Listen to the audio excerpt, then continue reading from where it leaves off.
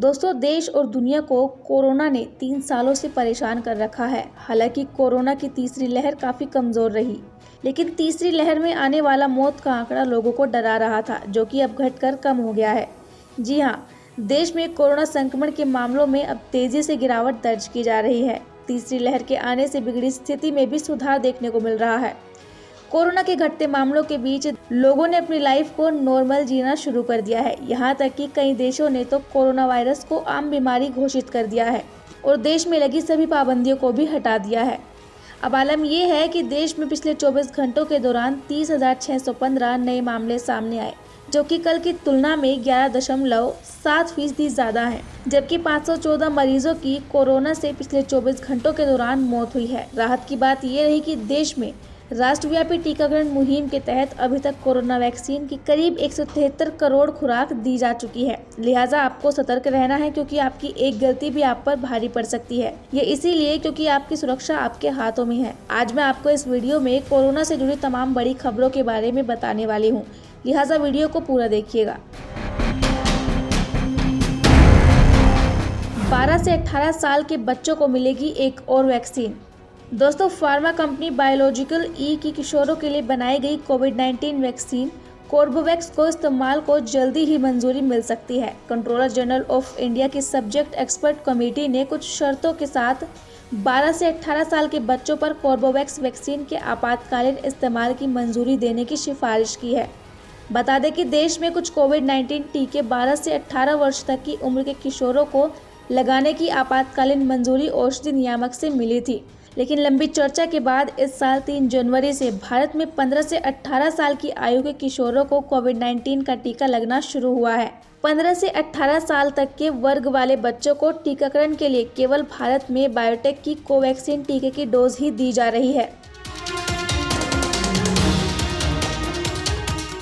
Omicron variant के बीच Britain में फैला लासा बुखार। दोस्तों, कोविड के ओमिक्रॉन वेरिएंट के कहर के बीच ब्रिटेन में लासा बुखार से हुई मौत ने लासा वायरस को लेकर हड़कंप की स्थिति पैदा कर दी है। ब्रिटिश स्वास्थ्य अधिकारियों के मुताबिक 2009 के बाद इस बीमारी के पहले 3 मामले सामने आए हैं, जिनमें से एक मरीज ने उत्तरी लंदन के एक अस्पताल में 11 फरवरी को दम तोड़ दिया। सभी संक्रमित इंग्लैंड के ही हैं और एक ही परिवार के हैं और हाल ही में पश्चिमी अफ्रीका की यात्रा करके लौटे थे। लासा वायरस उसी परिवार से जुड़ा है जिससे इम्बोला और मार्बर्ग वायरस है। क्या है लासा बुखार? दोस्तों, लासा वायरस अफ्रीकी देश नाइजीरिया के एक शहर के नाम पर पड़ा है। Centre for disease control and pollution के मुताबिक 1969 में इस वायरस से संक्रमण का पहला मामला लासा में ही सामने आया था। इस बीमारी का पता तब चला जब नाइजीरिया में 2 नर्सों की इससे मौत हो गई। आमतौर पर इस बीमारी से मौत लक्षण आने के 2 हफ्ते बाद होती है और ये मल्टी ऑर्गन फेलियर की वजह से होती है। लासा वायरस चूहों से फैलता है और ये शुरू में पश्चिमी अफ्रीका देशों जैसे कि सिएरा लियोन, लाइबेरिया, गयाना और नाइजीरिया में सामने आया था, जहां अब ये एंडेमिक की स्थिति में है। लासा बुखार कितना घातक है?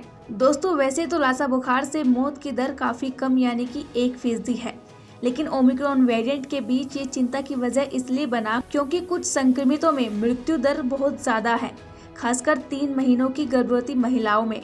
European centre for disease prevention and control के मुताबिक इसके 80% मामले असिम्प्टोमेटिक होते हैं, जिसके कारण इसका पता नहीं लग पाता। कुछ मरीजों को अस्पताल में भर्ती करवाना पड़ता है और उनकी बीमारी काफ़ी गंभीर हो सकती है। लासा वायरस से पीड़ित अस्पताल में दाखिल होने वाले मरीजों में से 15% तक की मौत हो सकती है। लासा वायरस कैसे फैलता है? दोस्तों, अगर कोई व्यक्ति घर में या फिर किसी भी स्थान में लासा वायरस से संक्रमित चूहों के मलमूत्र से दूषित चीजों के संपर्क में आता है तो वह भी इससे संक्रमित हो सकता है। ये संक्रमण संक्रमित व्यक्ति के संपर्क में आने से भी फैल सकता है, लेकिन इसकी संभावना थोड़ी कम होती है। अगर कोई व्यक्ति बीमार शख्स के शारीरिक तरल पदार्थ या फिर आंख, नाक, मुंह के म्यूकस मेम्ब्रेन जैसे हिस्सों के संपर्क में आता है तो संक्रमित होने की संभावना रहती है। अस्पताल जैसी जगहों पर इस तरह के संक्रमण का खतरा ज़्यादा होता है। बता दें कि अगर कोई व्यक्ति संक्रमित शख्स के संपर्क में लक्षण आने से पहले आ भी जाता है तो आमतौर पर उसको बीमार होने की संभावना नहीं होती है। इस तरह से ये वायरस गले लगने, हाथ मिलाने, संक्रमित व्यक्ति के नज़दीक बैठने से नहीं फैलता। लासा वायरस के संक्रमण से कैसे बचें? दोस्तों, लासा वायरस से बचने का सबसे अच्छा तरीका ये है कि चूहों के संपर्क में आने से आप बचें। जहां ये वायरस एंडेमिक अवस्था में है, वहीं पर सिर्फ चूहों से बचाव आपको जरूरी नहीं है। इसकी गंदगी से स्वच्छता बाकी जगहों के लिए भी आवश्यक है। इसलिए घरों में चूहों के प्रवेश को रोकने के लिए सारी एहतियात बरतें और भोजन सामग्री को ऐसे डिब्बों में बंद करें जहां तक चूहों का पहुंचना मुश्किल हो। CDC की सलाह है कि चूहों को पकड़ने के हर तरीके को अपनाया जाए।